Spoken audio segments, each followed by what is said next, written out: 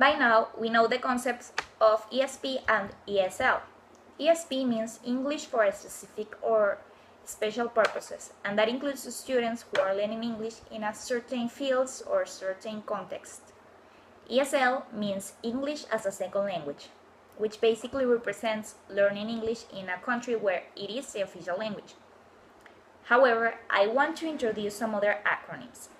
The first one is EFL, that means English as a foreign language, and that is learning English in a non-English speaking country. The other acronym is ELL, that means English language learners. You need to understand these terms because I'm going to refer to them in the articles I'm going to show you now. These articles were structured from the Internet TSL Journal. That is a web page that publishes articles, research papers, class programs, etc. for teachers of ESP. The first article's name is Integrating Multiple Intelligence in ESL-EFL Classroom.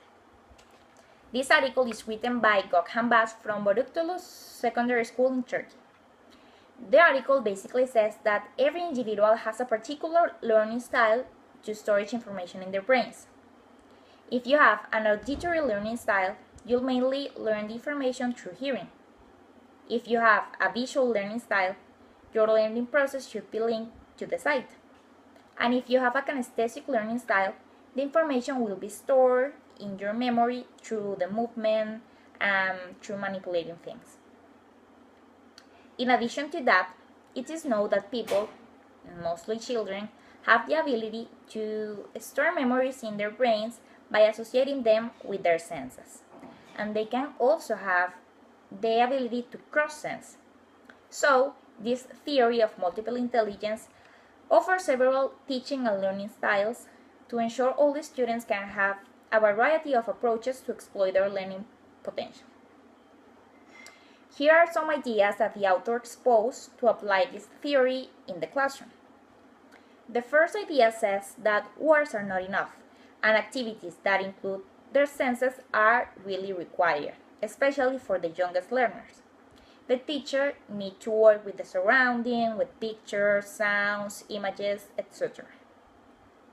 The second idea says that playing with the language is also very important. Making up rhymes, telling stories, singing songs, or even acting in the classroom are ideal vehicles for language learning. Additionally, with these, students can combine their senses by, for example, drawing something about the story or maybe acting the song, and this can contribute with the child's global development. Another idea in the article explains that the ideology of the theory of multiple intelligence is based on cooperation and not on competition. So because of this, prizes and awards should be avoided in the class. Also, grouping children together is a very positive thing because this way they won't be afraid of a possible failure when they making an intervention in the class, since they are working out in a fearless atmosphere. And the final idea that is exposed in this article says that using storybooks is a great way to create ideal learning conditions, and that conditions improve the acquisition of language a little beyond child's current level of competence. And finally, besides the usefulness related to vocabulary and grammar, storybooks also develop learning strategies, such as predicting and guessing meaning, and that is really important for languages too. The following article is called Using Technologies to Help ESL-EFL Students Develop Language Skills. This article was written by Renee Ibarra and Tim Green from Lambert Elementary School and California State University, and both in California. Okay, ELL students need a variety of language experiences. They need to hear, to write, to speak, and to read language.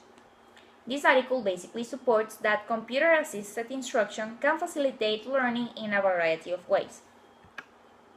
The author establishes 4 aspects that benefit: verbal interaction, vocabulary development, reading, and writing. In the case of the verbal interaction, Students need an environment in which they can be constantly engaged in language activities, and the computer can act as a tool to increase verbal exchange. For example, computer books are great for this purpose because they include interactive choices as voices that read aloud, illustrations, music, sound effects, and the story can even be highlighted so the readers can follow along the text. Well, based on that facilities, a study shown that computer book reading fosters language development by providing an opportunity for verbal interaction.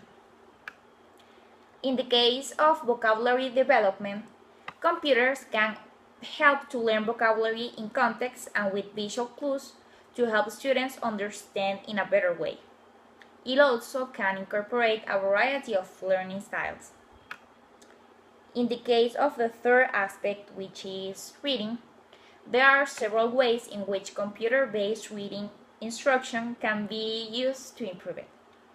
For example, it can increase interaction with text. It can give attention to individual needs of the students. And of course, computer can increase the interest level for reading. Finally, the fourth aspect is writing, and its benefits are seen in the motivational aspects. For example, the use of graphics can make it much more enjoyable for students, and using a computer for studying, for example, grammar is much more motivating than using a pencil and a paper. The next article that got my attention is Grammar Correction in ESL, EFL writing classes may not be effective. This article was written by Ronald Gray from Beijing Language and Culture University in China. Okay, this short paper establishes that correction feedback should be avoided. I said that this article really got my attention because this position is basically the opposite I always try to do. And I'm sure that until now, this won't make any sense to some of you either. For this reason, I chose this paper for my presentation, because I know it can turn into a class debate. So I'm going to explain the author's position, and then you will be able to build an opinion. Most teachers support that this method is an essential part of any writing course. That seems logical because of the idea that if a teacher points out to a student a grammatical error they have made and provides the correct form, the student's ability to write accurately will improve. However, some veteran teachers, based on experimental studies on the subject, affirm that there is little connection between correction and learning. For example, the specialist John Truscott says that a student will often repeat the same mistake over and over again, even after being corrected many times. And generally, those who do not receive grammar corrections have a more positive feeling about writing. They wrote more and with more complexity than those who did receive it. Okay? The article explains 3 reasons for this theory. The first reason why class grammar feedback doesn't work is because it treats only the surface appearance of grammar and not the way language develops.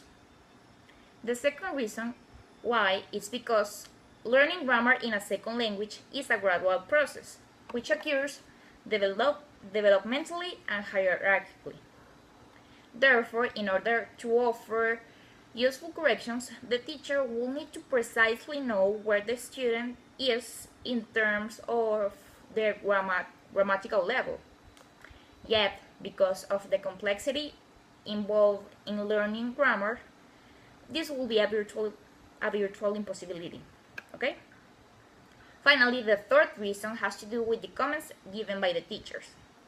Research has shown that corrections made by second language teachers are often arbitrary and non-consistent, so students often find vague, confusing, and contradictory observations.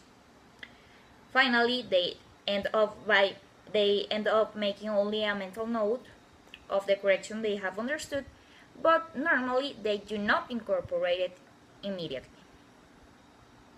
One possible solution to this problem, which the author has found to be useful, is to give periodic short grammatical lessons at the beginning of classes, and to discuss some general problems encountered in homeworks. Also, the author says that writing teachers need to give priority to meaning and meaning-related problems, to make remarks about students' text instead of just form.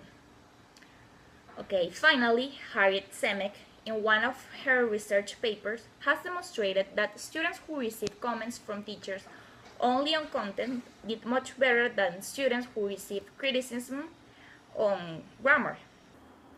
The last article that catch my attention and I want to share is Using Situation Comedy to Enrich Learners' Vocabulary. This article was written by Chi and Chiu from National Formosa University in Taiwan. The article explained the experiment of using TV sitcom to build up the students' vocabulary, because there are many important words and expressions that the students are not exposed to in textbooks. The initiative was based on the idea that with this, students can not only learn English words, but also culture, humor, and body language. The program reproduces each week with English audio and subtitles Was Everybody Loves Raymond, a popular American show that of course you must know. The students, after watch the show, were asked to write down words that they did not recognize or words that they wanted to know their meaning in a better way. Then, the more popular words were discussed as a whole class according to their meaning in the context. Finally, the author explained that almost all the students in the class agreed that the activity was a super effective way to develop their vocabulary, and it should be applied for the rest of the semester. Personally, I really like this article because we always hear that it is needed to live in an English-speaking country and have a complete cultural immersion to familiarize yourself, in a perfect way of course, with cultural jargon, common expressions, local pronunciation, etc. That is a truth. However, I think that experiment represents a small-scale solution or a sort of improvement in the acquisition of that kind of vocabulary. So I think it is an excellent tool, and I will use it myself. This is the end of our presentation. I hope you like our work, and thank you very much.